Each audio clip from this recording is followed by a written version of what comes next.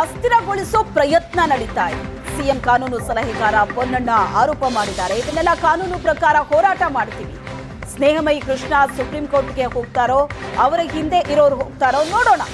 ಲೋಕಾಯುಕ್ತ ಸ್ವತಂತ್ರ ಸಂಸ್ಥೆ ಅಂತ ಕೋರ್ಟ್ ಅಭಿಪ್ರಾಯ ಪಟ್ಟಿದೆ. ಸಿಬಿಐಗೆ ವಹಿಸೋದಕ್ಕೆ ಬೇಕಾದ ಅಂಶಗಳಿಲ್ಲ ಅಂತಲೂ ಹೇಳಿದೆ. ಎಲ್ಲಾ ರೀತಿ ತನಿಖೆಗೂ ಸಹಕಾರವನ್ನ ಕೊಡ್ತೀವಿ. ಕಾನೂನು ಚೌಕಟ್ಟಿನಲ್ಲಿ ಹೋರಾಟ ನಡೆಸ್ತೀವಿ. ಈ ತೀರ್ಪಿನ ಬಗ್ಗೆ ಸಿಎಂ ಸಂತೋಷ ವ್ಯಕ್ತಪಡಿಸಿದ್ದಾರೆ ಅಂತ ಸಿಎಂ ಕಾನೂನು ಸಲಹೆಗಾರ ಪೊನ್ನಣ್ಣ ಹೇಳಿಕೆ ಕೊಟ್ಟಿದ್ದಾರೆ.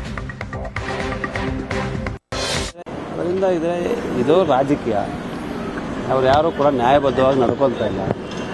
ಸರ್ಕಾರನ ಅಸ್ಥಿರಗೊಳಿಸಬೇಕು ಅಂತ ಹೇಳುವಂಥ ಪ್ರಯತ್ನ ನಡೀತಾ ಇದೆ.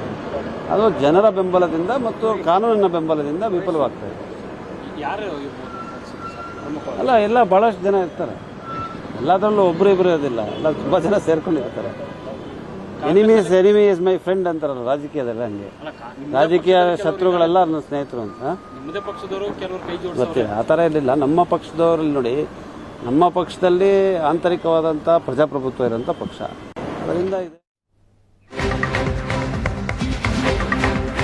ಮುಡಾ ಕೇಸ್ನಲ್ಲಿ ಸಿಬಿಐ ತನಿಖೆಯಿಂದ ಸಿಎಂ ಬಚಾವಾಗಿದ್ದಾರೆ. ಹೈಕೋರ್ಟ್ ತೀರ್ಪಿನ ಬಗ್ಗೆ ಸಿಎಂ ಡಿಕೆ ಶಿವಕುಮಾರ್ ಹೇಳಿಕೆ ಕೊಟ್ಟಿದ್ದಾರೆ. ಲೋಕಾಯುಕ್ತದಿಂದ ತನಿಖೆ ನಡೀತಾ ಇದೆ. ಈ ಪ್ರಕರಣ ಲೋಕಾಯುಕ್ತ ತನಿಖೆ ನಡೆಸುವಾಗ ಸಿಬಿಐ ಯಾಕೆ? ಒಂದು ಕೇಸ್ನಲ್ಲಿ ಒಂದೇ ಸಂಸ್ಥೆಗೆ ತನಿಖೆಗೆ ಅವಕಾಶ ಕೊಡಬೇಕು. ರಾಮನಗರದಲ್ಲಿ ಸಿಎಂ ಡಿಕೆ ಶಿವಕುಮಾರ್ ಹೇಳಿಕೆ ಕೊಟ್ಟಿದ್ದಾರೆ. ಮುಡಾ ಪ್ರಕರಣದಲ್ಲಿ ಸಿಬಿಐ ತನಿಖೆ ನಡೆಸಬೇಕು ಅನ್ನೋ ಅರ್ಜಿಯನ್ನ ಹಾಕಲಾಗಿತ್ತು. ಆದರೆ ಕೋರ್ಟ್ ಅದಕ್ಕೆ ಒಪ್ಪಿಲ್ಲ. ಅದರ ಬಗ್ಗೆ ಡಿಕೆ ಶಿವಕುಮಾರ್ ಪ್ರತಿಕ್ರಿಯೆ ಕೊಟ್ಟಿದ್ದಾರೆ. ನನಗೆ ಗೊತ್ತಿಲ್ಲಪ್ಪ ಯಾಕೆ ಸಿಬಿಐ ಕೊಡ್ತಾರೆ. ಅಲ್ಲದೆ ಒಂದು ಏಜೆನ್ಸಿ ಇನ್ವೆಸ್ಟಿಗೇಷನ್ ಮಾಡುವಾಗ ಒಂದು ಏಜೆನ್ಸಿ ಆಗಲೇ ಲೋಕಾಯುಕ್ತ ಇನ್ವೆಸ್ಟಿಗೇಷನ್ ಮಾಡಿದೆ. ಅದಾದಮೇಲೆ ಇಡಿನೂ ಮಾಡಿದೆ. ಇನ್ನೊಂದು ಮೂರನೇ ಏಜೆನ್ಸಿಗೆ ಯಾಕೆ ಕೊಟ್ಬಿಡ್ತಾರೆ? ಆ ಥರ ಕೊಡೋಕ್ಕೆ ಅವಕಾಶ ಇಲ್ಲ. ಬೇಕಾದಷ್ಟು ಜಡ್ಜ್ಮೆಂಟ್ಗಳಿದೆ. ನಾನು ಅದಕ್ಕೋಸ್ಕರ ಬಡದಾಡ್ತಾ ಇದ್ದೀನಿ. ನನ್ನ ಮೇಲೆ ಆ ರೀತಿ ಹಾಕಿರೋ ಕೇಸ್ಗಳನ್ನ ನೀವು ಹಾಕಿದ್ದು ಸರಿ ಇಲ್ಲ ಅಂತೇಳಿ ನಾನು ಕೋರ್ಟಲ್ಲಿ, ಸುಪ್ರೀಂ ಕೋರ್ಟಲ್ಲೂ ಕೇಸ್ ಹಾಕಿದ್ದೀನಿ.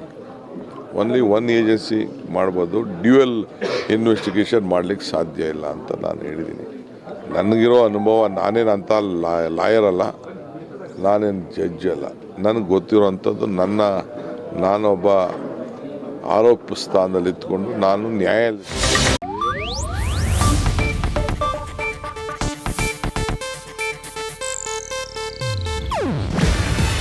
ಇದು ಏಷ್ಯಾನೆಟ್ ನ್ಯೂಸ್ ನೆಟ್ವರ್ಕ್ ಪ್ರಸ್ತುತಿ.